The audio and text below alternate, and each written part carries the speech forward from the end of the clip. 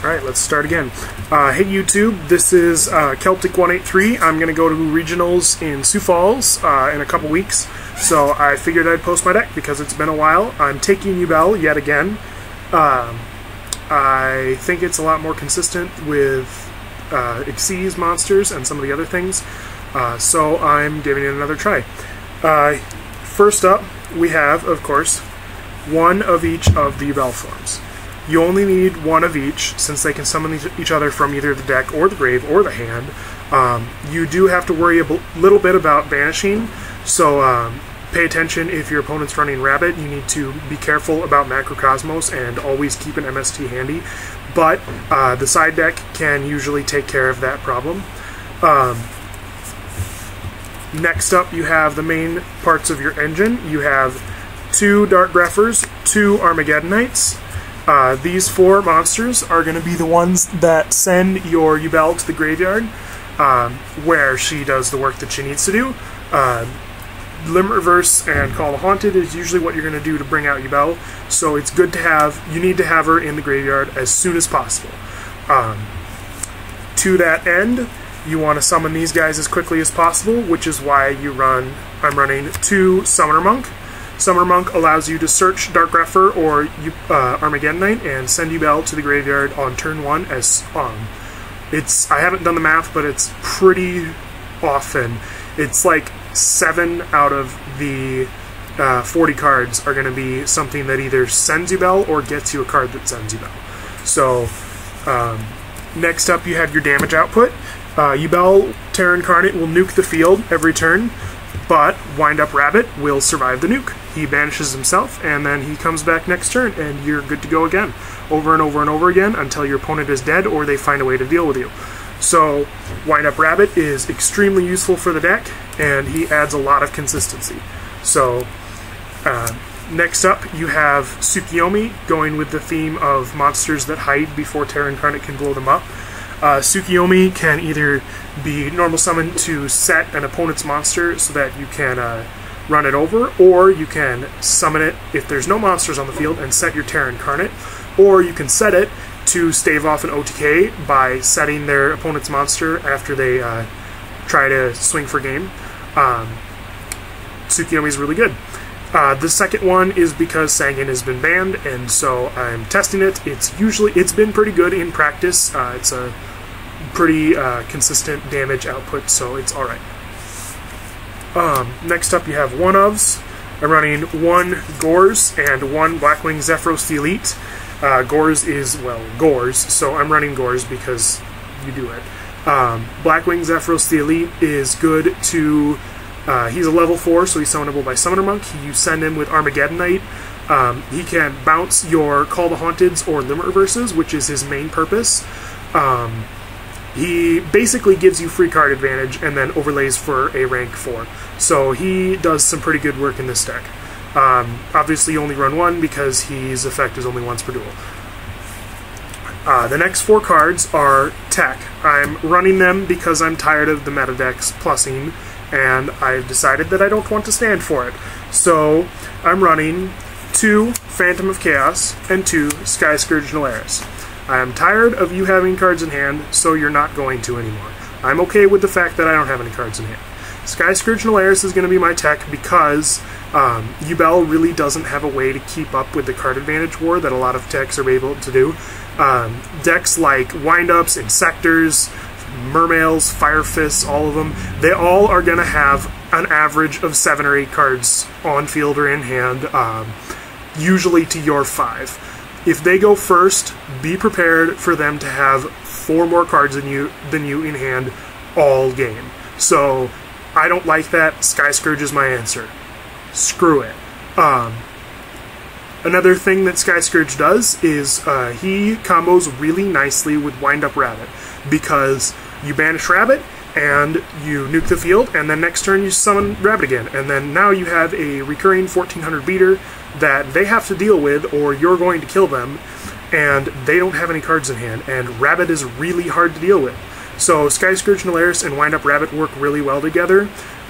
If you're not interested in running Yubel and you do want to run rogue deck, I'd recommend checking out Norleras plus Rabbit decks because they're funny. So, yeah. That's it for monsters. Next up is spells. You run the obvious Dark Hole, Monster Reborn, Heavy Storm, no big deal. 2 MSTs. The third one's in the side. I don't really like running 3 in the main, so 2 of those. 1 Reinforcement of the Army, and 2 Pot of Dualities. These ones are going to make your consistency go up. Rhoda will grab your Dark Grepher or Armageddon Knight so that you can send Yubel as quickly as possible. Pot of Duality does the same, but it also fixes bad hands, because I cannot tell you how bad hands in this deck can get if you don't have a Grepher and you have, say, oh look, I drew into 2 Yubels, oh boy, got a scoop. Pot of Duality is really good for low-tier decks to fix their hands, and of course high-tier decks. Here's another tech, Seal of Orichalcos. I'm running 2. Seal of Orichalcos is used to boost Wind Up Rabbit to actually being a threat. Where 1400 recurring is kind of annoying, but not really a big deal. All they have to do is summon something with 1500, and they can wall it off forever. Seal of Orichalcos makes Wind Up Rabbit and all the monsters in the deck into actual threats that need to be dealt with. Wind Up Rabbit becomes 1900 and is impossible to deal with, so all you have to do is play the Seal, play Rabbit, start beating, banish Rabbit as soon as something happens. Seal of Orichalcos also has a nice little ability where if you call the Haunted your Yubel back to block an attack, you can play Seal of Orichalcos and it will destroy Yubel, which then gives you a Terror Incarnate, which then allows you to nuke the field. One of the problems with Call the Haunted over Limit Reverse is that it doesn't allow you to easily destroy your Yubel, so you have to keep feeding Yubel monsters or she'll kill herself. Seal of Orichalcos solves that problem. There is one problem with running 2 Seal of Orichalcos. That is the fact that Seal of Orichalcos can only be activated once per duel. I don't really like doing that, but on the other hand, you can always discard the extra one with Summoner Monk, or you can... the other thing that you can do is set the first seal, and if your opponent activates a field, now your opponent is not going to be... Either they'll destroy it because they don't know what it is, or they will not ever activate their field spells, which field spells aren't a huge thing in the meta right now, but like things like Madolches or Prophecies with the Grand Spellbook are going to not want to activate their field spell because all you have to do is flip up your field spell and theirs goes away. So it's kind of nice to have a deterrent if you want to. I am running 2 mostly to draw into it more often. If I were running another field spell that was actually useful for Yubel, then I'd run 1 Seal of Orichalcos, 2 of whatever that field spell is, and a Terraforming to make it more consistent. But 2 is fine. It's okay. That's it for spells. Next up is traps. 3 Limit Reverse. Limit Reverse is the workhorse of a Yubel deck. You cannot, in my opinion, you cannot run Yubel decks with less than 3 Limit Reverses. It's too useful for getting Yubel out of the grave. There is never ever going to be a situation where almost never going to be a situation where I don't feel where I feel bad about having Yubel in grave and setting a Limit Reverse. If they kill it, good, then I plus. If they don't kill it, then I'll just stop their attack and move it to defense mode. Limit Reverse also has some other useful things, like it can bring back either Phantom of Chaos or Summoner Monk. So with Phantom of Chaos, you can nuke on command. It allows you to, if you didn't draw into the Phantom of Chaos, you can send it with Grepher or with Armageddon Knight, and then flip the Limit Reverse to bring it back, and then you have an extra option to nuke the field. Summoner Monk allows you bring it back, and then it allows you to, if they Veiler your Summoner Monk on the first try, and then run it over, then next turn you flip up the Limit Reverse, bring back Summoner Monk, and try again. So Limit Reverse is pretty useful. In a similar vein, we have 3 Call the Haunteds. Call the Haunted is really also amazing. I can't believe they put it at 3. It's basically Limit Reverse, except that it brings back anything in your deck, and it is slightly harder to destroy Yubel with Call the Haunted, which isn't such a big deal. Seal of Orichalcos, Dark Hole, and Torrential Tribute will all destroy Yubel.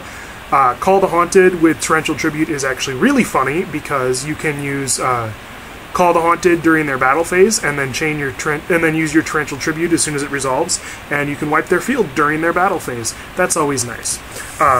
So obviously I have 2 Torrential Tributes, since I just mentioned that, and then I have 2 Bottomless Trap Holes. Bottomless and Torrential are both to deal with threats in the meta. There are enough things out there that I don't want to deal with.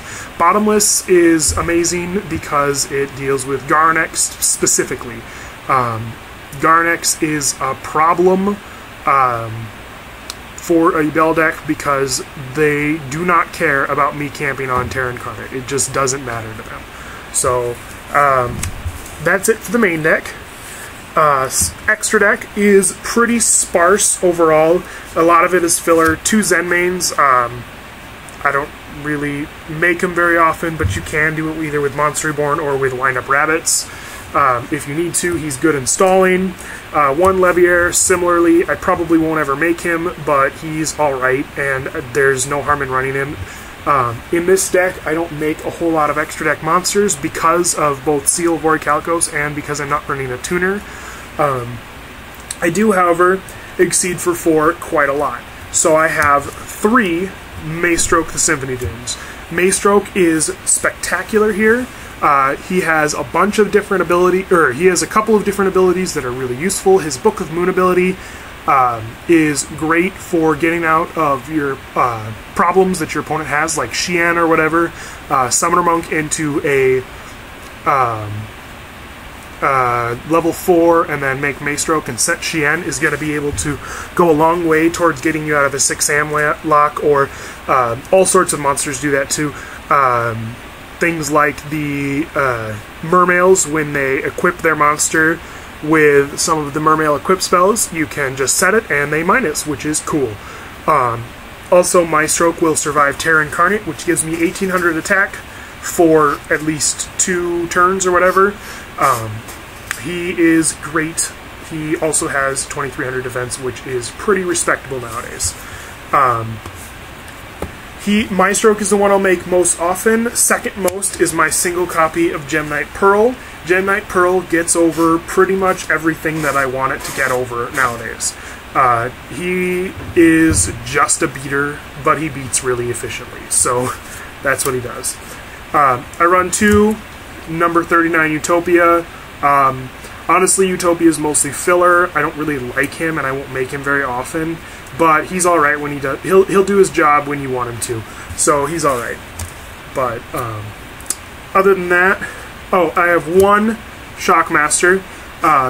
It is possible that I'll make Shockmaster in this deck. I have a lot of level 4s, and between Zephyros tricks or with Summoner Monk and such, it's definitely possible to make Shockmaster. I haven't done it yet, and I probably don't plan to. I don't know how useful Shockmaster is going to be, but again, I have like only 11 cards in my extra deck, so it's not really a big deal to run an extra copy of Shockmaster. I also run 3 Synchro Monsters. They're just generic utility Synchro Monsters in case I Monster Reborn an opponent's tuner. Black Rose is great because it wipes the board. Stardust is great because actually it synergizes really well with Terra Incarnate. If you summon a Stardust and have a Terra Incarnate on field, you can use Stardust to negate Terra Incarnate and special summon Yubel the Ultimate Nightmare, and then special summon back your Stardust, and now you have Yubel Ultimate Nightmare to beat face with, and Stardust to protect Terra Incarnate, or Ultimate Nightmare. Scrap Dragon is one of the best Synchro Monsters for a Yubel deck, period. He is easily able to destroy any card your opponent controls, usually by destroying a Call of the Haunted, because, you know what, I don't really care if I destroy my Call of the Haunted, that's just fine. Scrap Dragon is pretty much amazing. That's it for my extra deck. It's a little bit sparse. I'll probably throw in other random filler cards later. Side deck. I have 2 main problems with the meta. 2 things that I'm scared of with this deck in the meta.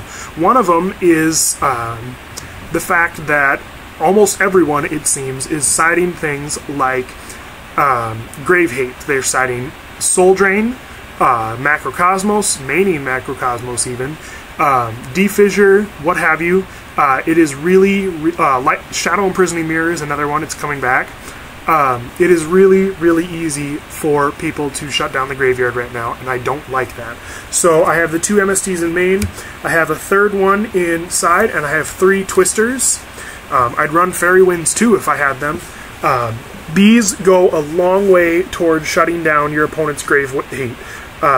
Most of the grave hate nowadays is continuous spells or traps, which is great because that means all you have to do is side in spell and trap destruction.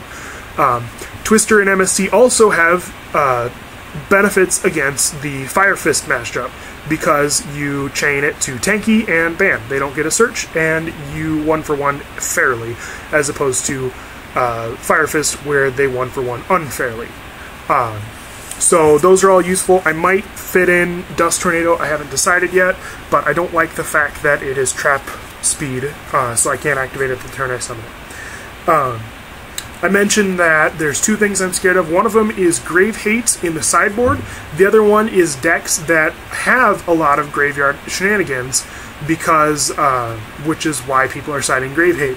To that end, I'm siding 3 DD Crows and 3 Debunks. DD Crow and Debunk both go a long way towards shutting down the opponent's graveyard without also shutting down my own graveyard. DD Crow and Debunk both will stop things like Insectors or Fire Kings with their Garnex, or Debunk will stop Effect Veiler, which is nice, and Gorz, which I think it stops Gorz, I don't remember. But, probably not. But, Debunk and DD Crow are both really useful. Debunk also stops the Abyss Megalo and a lot of the Mermail stuff, and also stops Priestess with, or High Priestess of Prophecy.